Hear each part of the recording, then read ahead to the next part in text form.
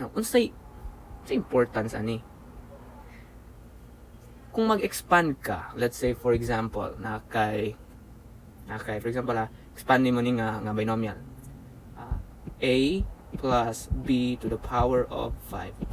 Okay? Expand mo na. Now, katong wala pa ta kabaluan ni nga formula, ang buhaton nato ana is ani. So bali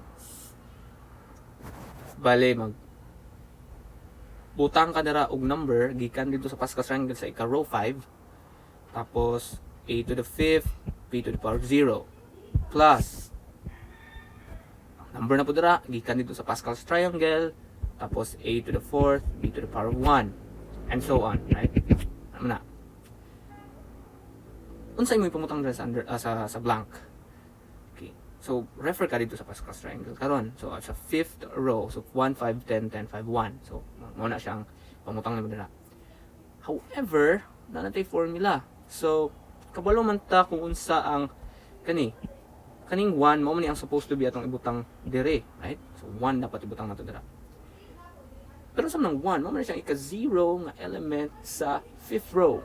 So instead of writing 1, atong i-generalize, okay? So dili ta mag-refer na, di na ta magtan-aw sa Pascal's triangle.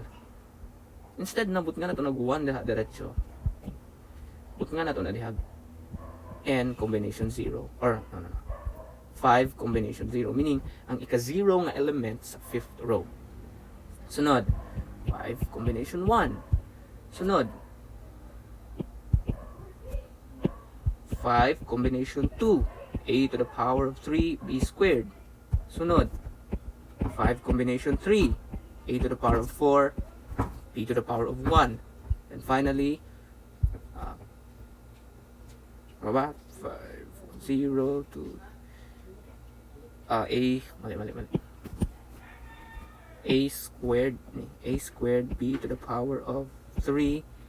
Sunod 5 combination 4, a times b to the power of 4, plus then last 5 combination 5, a power of 0 b to the power of 5. So instead of trying to look at the Pascal's triangle, dinin mo kailangan kay kabalo na kaon sa ipong pamutang dara.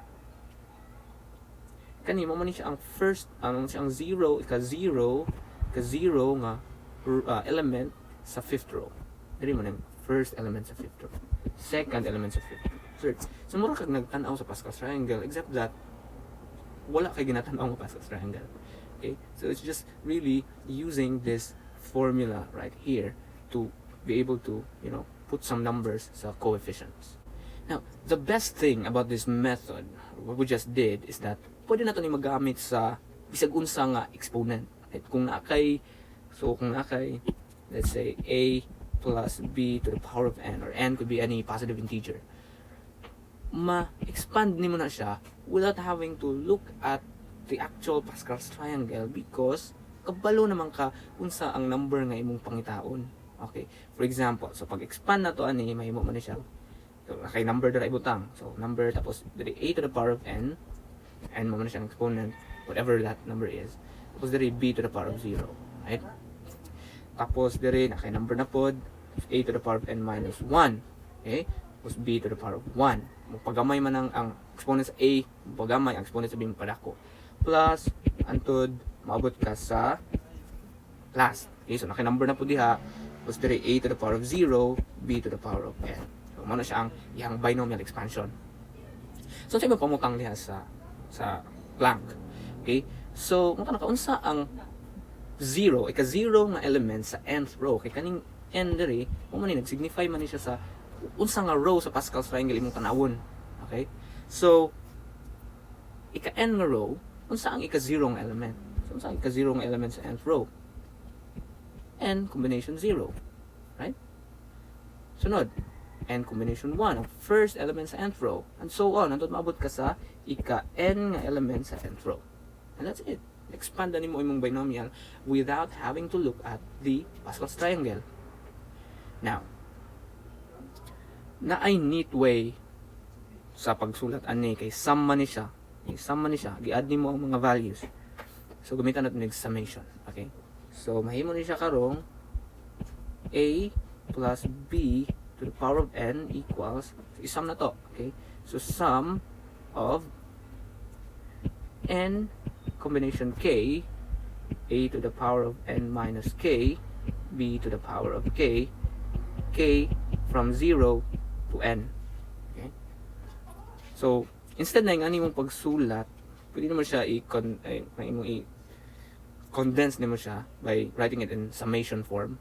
Okay, so sabihin ani, mag-start ka sa 0. So, ang una ni mga terms, imong sum is k equals 0. So, kung k0, remember, kung k0, may mo na siyang n combination 0, which is, mo na siya na dere. Tapos, k0 man, so n minus 0, so n, ano siya diha. K0 man, so 0 po na diha. So, mo na yung first term, nag-start ka sa k equals 0. Yung second term, kay k equals 1. So, may mo siyang n combination 1, which is kana.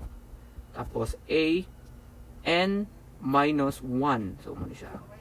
b to the power of 1, which is this. And so on. So, padayon na siya hanggang abot ka dito sa last term. So, nga na. So, muna siya karon ang atong formula. No? So, ma-expand na to ang any binomial na ihatag sa atua without having to look at the Pascal's triangle. Nani siya pangalan? Ang pangalan na ni kay Binomial